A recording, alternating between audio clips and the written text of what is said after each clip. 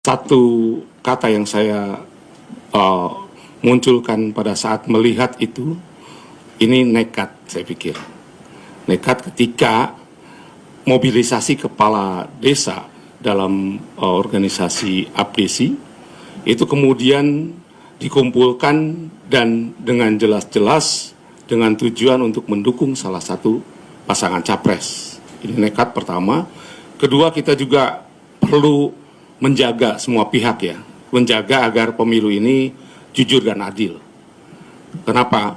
Karena pemilu yang jujur adil ini sangat penting, sehingga di Undang-Undang Nomor 7 Tahun 2017 itu semuanya ada koridor yang boleh dan tidak boleh.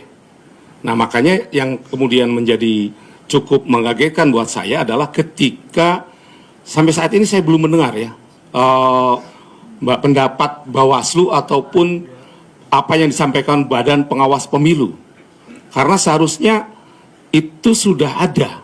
Ketika sebuah peristiwa terjadi, maka publik harus mengetahui. Kami sebagai pemantau pemilu perlu mengetahui apakah kegiatan demikian dibolehkan di dalam tahapan pemilu. Dan tahapan pemilunya saat ini sedang menuju ke tahapan kampanye. Tahapan kampanye yang akan dilakukan tanggal 28 November mendatang. Dan di dalam PKPU 15 ini disebutnya sebagai tahapan sosialisasi. Nah, kita masih belum tahu ini sebenarnya kegiatan ini kegiatan apa. Apakah masuk kegiatan sosialisasi? Karena di dalam PKPU 15 jelas ini adalah kegiatan sosialisasi.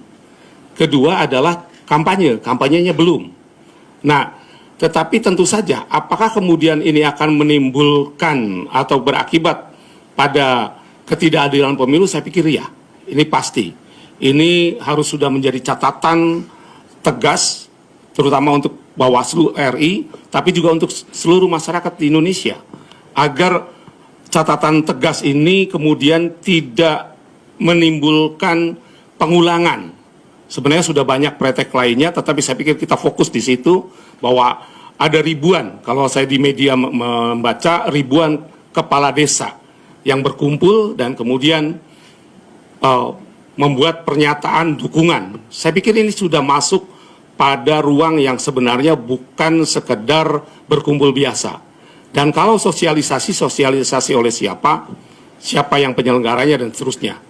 Bawaslu harus turun tangan dan kemudian dengan tegas menyatakan apakah ini bagian daripada sosialisasi, apakah ini bagian dari kampanye, atau mungkin justru pelanggaran dari Undang-Undang Nomor 7 Tahun 2017, begitu.